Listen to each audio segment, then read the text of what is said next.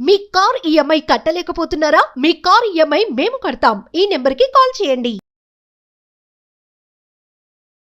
Hello నమస్తే, welcome to Suman TV. ప్రస్తుతం మనతో మోటివేషనల్ స్పీకర్ రాజేష్ గారు ఉన్నారు. వీరితో కొన్ని విషయాలను ఈరోజు చర్చిద్దాం.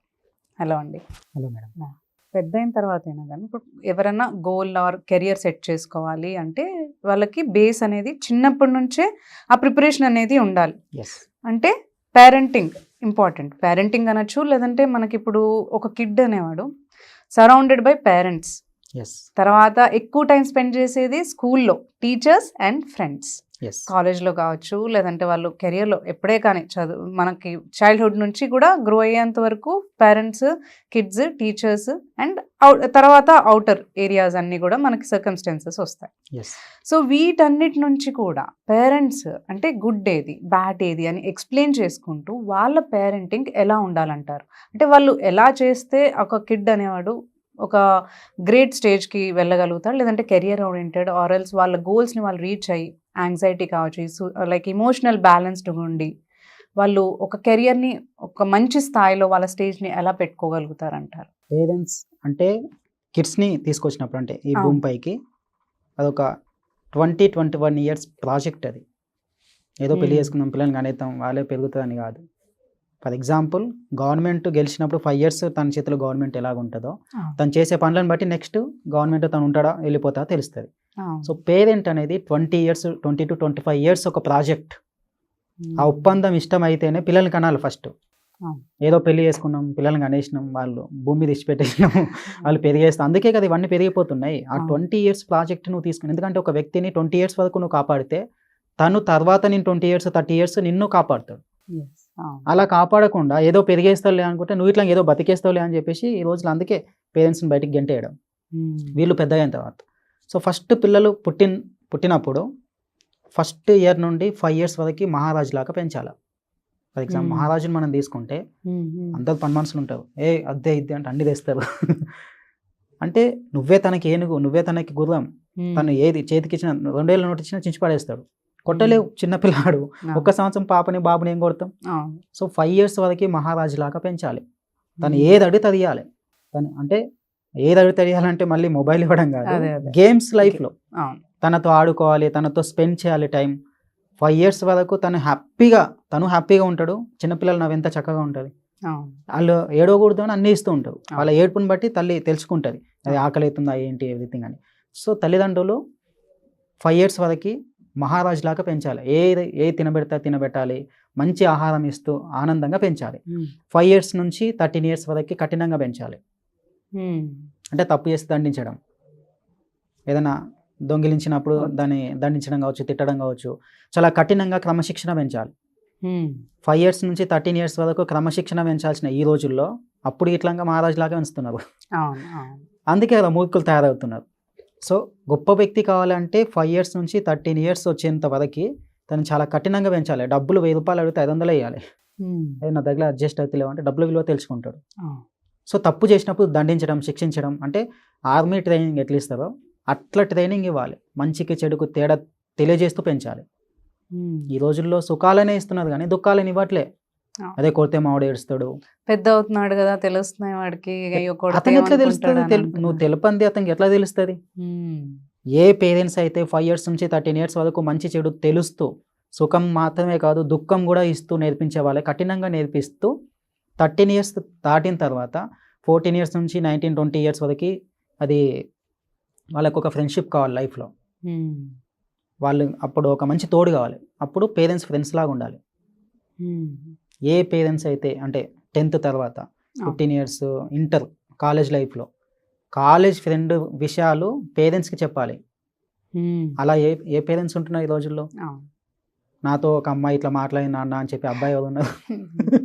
అట్లా ఉండాలంటే నాన్న ఎంత ఫ్రెండ్లీగా ఉండాలి, అట్మాస్ఫియర్ వీళ్ళు క్రియేట్ చేయాలని. ఎస్. అంటే పేరెంట్స్ అమ్మ కావచ్చు నాన్న కావచ్చు 14 ఇయర్స్ నుంచి 20-21 ఇయర్స్ ఆ లైఫ్లో అంటే 14 ఇయర్స్ వచ్చినాయంటే ఫ్రెండ్లీగా ఉండాలి. అంటే మనకు ఫ్రెండ్ ఏదైనా సలహా అడిగినప్పుడు ఫ్రెండ్ ఎట్లా సలహా ఇస్తారో అట్లా చెప్పాలి.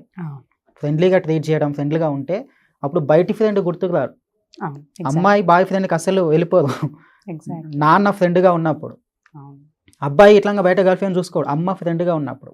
అంటే ఫ్రెండ్గా అంటే తప్పుగా అనుకోవద్దు, అలాంటి నేచర్ కలిగి ఉండాలి. ఒక బెస్ట్ ఫ్రెండ్ నాన్ననే ఉండాలి, బెస్ట్ ఫ్రెండ్ అమ్మనే ఉండాలి. డేర్నెస్గా చెప్పాలి, అమ్మాయి కావచ్చు అబ్బాయి కావచ్చు, నాకు ఒక అమ్మాయి ఇట్లా అన్నది, నాకు ఒక అబ్బాయి ఇట్లా అన్నది, వాళ్ళు లైఫ్ లాంగ్ హ్యాపీగా ఉంటారు. ఈ 20 years ప్రాజెక్ట్ కాకుండా ఏదో పెళ్లి చేసుకున్నాం, పిల్లల్ని కనేసినాం, పెరిగేసిండు, పోయిండు, ఈరోజు మా అబ్బాయి నా మాటినట్లేడు, మా అమ్మాయి నా మాటినట్లేదు, చాలా మంది వాపోతుంటుంది వచ్చి. మా అబ్బాయి ఫస్ట్ ఇయర్ చదువుతున్నాడు, నేనేమో డాక్టర్ చదవమంటున్నా, వాడేమో మెకానికల్ చదువుతా అంటాడు. అంటే ఈయన చెప్పింది ఆయన వినడు. ఎందుకంటే చిన్నప్పటి నుంచి, ఫర్ ఎగ్జాంపుల్ ఒక మొక్కని పెంచేటప్పుడు అది కింద పడిపోయింది అనుకోండి, దాన్ని సరిగా ఒక సపోర్ట్ పెట్టకుండా అలాగే వదిలేసినాం అనుకోండి, అది అలాగే వంకర పెరిగిపోతుంది, రోడ్డుకి అడ్డంగా తయారైతే కట్ చేస్తారు. సో ఒక వ్యక్తిని కూడా పెరిగేటప్పుడే మొక్కై వంగనేది మానవ వంగున అంటారు కదా, పెరిగేటప్పుడే నువ్వు మంచి గుణాలు ఇవ్వకుండా పిల్లలకి 20 years వచ్చిన తర్వాత ఆల్రెడీ మేజర్ అయిపోయాడు, నిన్నే కొట్టే స్టేజ్కి వస్తారు. మాటినపోతే ఇప్పుడు ఎంతమంది పేరెంట్స్ని తల్లిదండ్రులు పిల్లలు కొడతలేరు, ఎందుకు కొడుతున్నారు అంటే నువ్వు అట్లాంటి గుణాలు ఇచ్చినావు. ఎలాంటి గుణం ఇస్తే అలాంటి గుణపాఠం నేర్పిస్తారు. నీ విలువ ఎక్కడ తెలిపినావని నేను కొట్టకుండా ఉండడానికి. ఈ రోజులో నేను చాలా గమనిస్తుంటా, ఇప్పటికి విలేజ్లో నాన్నకి 70 years వచ్చినా సరే నాన్న మాటనే వింటాడు, కొడుకు 50 years ఉన్నా సరే. అంటే ఆ విధంగా పెంచిండు. ఈరోజు 20 years ఉన్న అబ్బాయిని మాట వినట్లేదు అంటే నువ్వు ఏ విధంగా పెంచినావు? అవే కదా కానీ పెంచి పెద్ద చేస్తున్నది.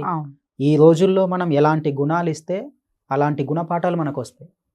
నువ్వు మంచి గుణాలు ఇచ్చినావు అనుకోండి, సమాజానికి ఏదో పెద్ద చేయాల్సిన అవసరం లేదు. సమాజంలోకి నువ్వు ఒక అబ్బాయిని ఒక అమ్మాయిని తీసుకొచ్చినప్పుడు ఈ అబ్బాయి నువ్వు సమాజానికి ఏదో ఉద్ధరించాల్సిన, నిన్ను ఉద్ధరించాలా, తనకు ఉన్నత విలువలు కలిగిన విద్యని కావచ్చు, విలువలతో కూడిన జీవితాన్ని కావచ్చు నువ్వు ఇచ్చేటట్టు అయితేనే పిల్లల్ని కనాలి.